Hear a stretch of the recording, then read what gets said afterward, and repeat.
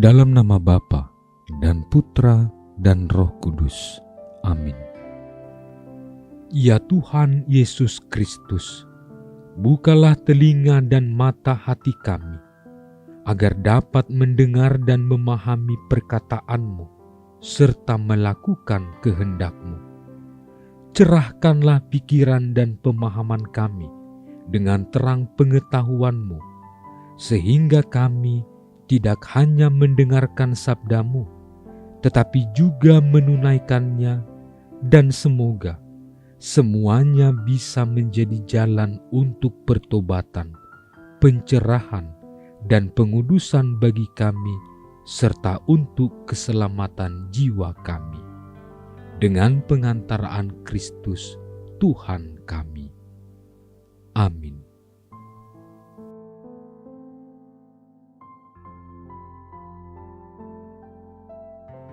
Seorang murid tidak lebih daripada gurunya, atau seorang hamba daripada tuannya.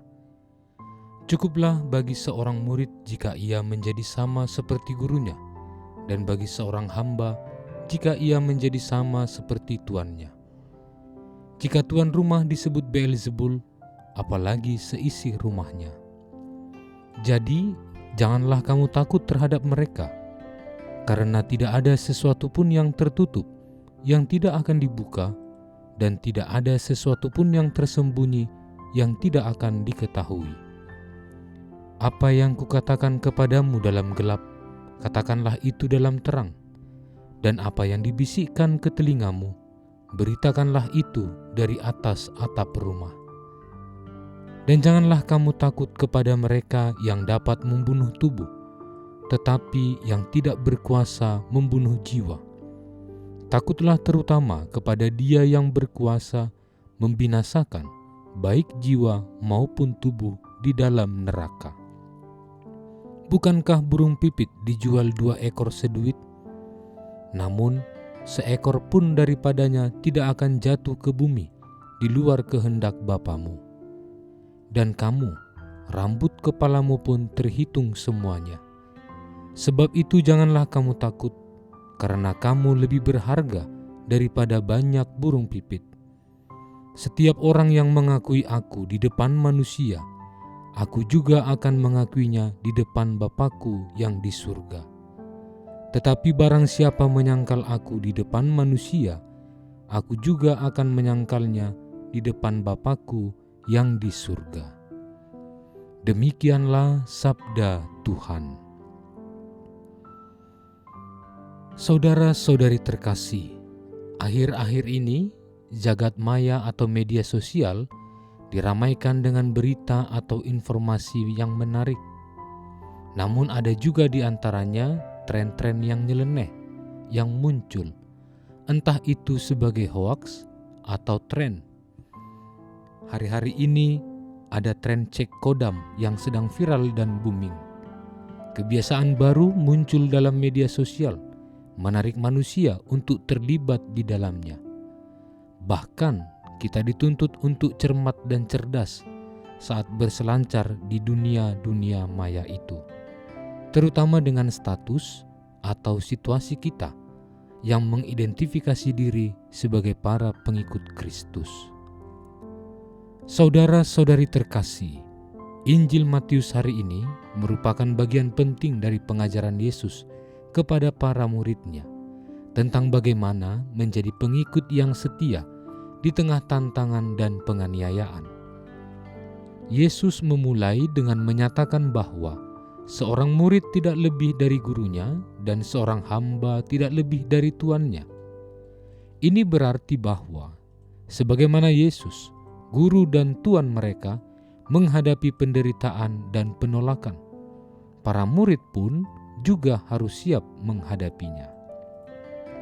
Saudara-saudari terkasih, Yesus menggunakan analogi Beelzebul untuk menunjukkan bahwa jika dia sebagai tuan rumah dipanggil dengan nama-nama hina, para pengikutnya juga akan menghadapi cemoohan serupa. Namun, Yesus memberikan dorongan yang kuat dengan mengatakan bahwa mereka tidak perlu takut kepada manusia yang hanya dapat membunuh tubuh, tetapi tidak dapat membunuh jiwa. Sebaliknya, mereka harus takut kepada Dia yang berkuasa, entah membinasakan baik jiwa maupun tubuh di neraka, yakni Allah. Ini mengajarkan kepada para murid agar memiliki ketakutan yang benar, takut akan Allah, terarah kepada Allah, bukan kepada ancaman duniawi. Saudara-saudari terkasih, Yesus menekankan pentingnya keterbukaan dan keberanian dalam menyampaikan pesan Injil. Apa yang dikatakannya dalam gelap harus diberitakan dalam terang, dan apa yang dibisikkan di telinga harus diteriakkan dari atap rumah. Ini adalah panggilan untuk menjadi saksi yang berani, tidak menyembunyikan kebenaran yang telah mereka terima, tetapi membagi-bagikannya dengan penuh keyakinan. Pada bagian ini, Yesus juga memberikan jaminan yang menguatkan bahwa Allah sangat peduli terhadap setiap detail kehidupan mereka. Ia menggambarkan bagaimana seekor burung pipit yang tampaknya tidak berarti tidak akan jatuh ke tanah tanpa sepengetahuan Bapa. Jika Allah begitu peduli terhadap burung pipit, apalagi terhadap kita manusia yang jauh lebih berharga. Bahkan rambut di kepala kita terhitung jumlahnya. Ini menunjukkan kasih dan perhatian Allah yang mendalam terhadap kita, memperhitungkan kita, memberikan kita jaminan bahwa hidup tidak sendiri dalam menghadapi persoalan-persoalan. Saudara-saudari terkasih, dalam dunia modern dan dunia digital hari ini, mengikuti ajaran Kristus dan menyatakan iman secara terbuka seringkali tidak mudah. Kita mendapati banyak tekanan, entah dari lingkungan sosial, pekerjaan, bahkan keluarga, yang bisa membuat kita merasa takut atau ragu untuk berbicara tentang isi iman kita. Namun seperti Yesus mengajarkan murid-muridnya, agar tidak takut menghadapi penolakan, kita dipanggil untuk memiliki keberanian yang sama. Ini berarti kita harus berani berdiri teguh pada prinsip-prinsip Kristiani, meskipun itu mungkin tidak populer atau menimbulkan konflik. Yesus mengingatkan bahwa kita sangat berharga di mata Allah. Ini berarti kita juga harus menghargai diri kita dan orang lain dalam setiap upaya dan interaksi dalam dunia maya. Jangan membiarkan komentar negatif atau cyberbullying merusak harga diri kita. Sebaliknya, kita harus membangun komunitas yang saling mendukung, menghargai, berhati-hati dengan apa yang kita postkan, yang kita naikkan sebagai postingan, karena setiap kata dan gambar dapat memengaruhi orang lain secara mendalam dan meluas. Tuhan memberkati. Allah Bapa yang Maha Kudus, Engkau memilih orang-orang pilihan-Mu untuk turut serta dalam karya penyelamatan-Mu. Semoga kami, umat-Mu ini, boleh ambil bagian dalam karya-Mu yang agung untuk mewujudkan kerajaan-Mu di bumi ini, dengan pengantaraan Yesus Kristus Putra-Mu Tuhan kami, yang bersama dengan Dikau dalam persatuan Roh Kudus, hidup dan berkuasa Allah sepanjang segala masa. Amin. Allah yang Maha Kasih, kami bersyukur atas rencana perjalanan apostolik Bapak Suci Fransiskus ke Indonesia.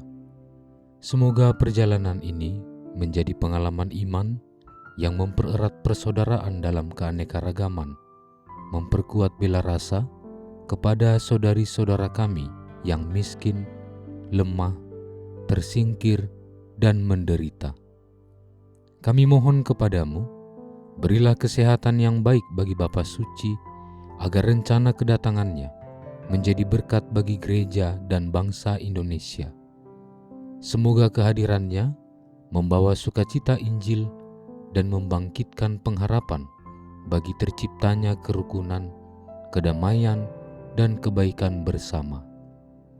Bersama Bunda Maria, Ibu dan Teladan Iman, serta Bapak Yosef, mempelainya yang amat setia, kami serahkan siapapun yang terlibat dalam persiapan dan pelaksanaan kunjungan apostolik Bapa Suci ini ke dalam kuasa kasih-Mu. Dengan pengantaraan Kristus, Tuhan kami. Amin. Dalam nama Bapa dan Putra dan Roh Kudus. Amin.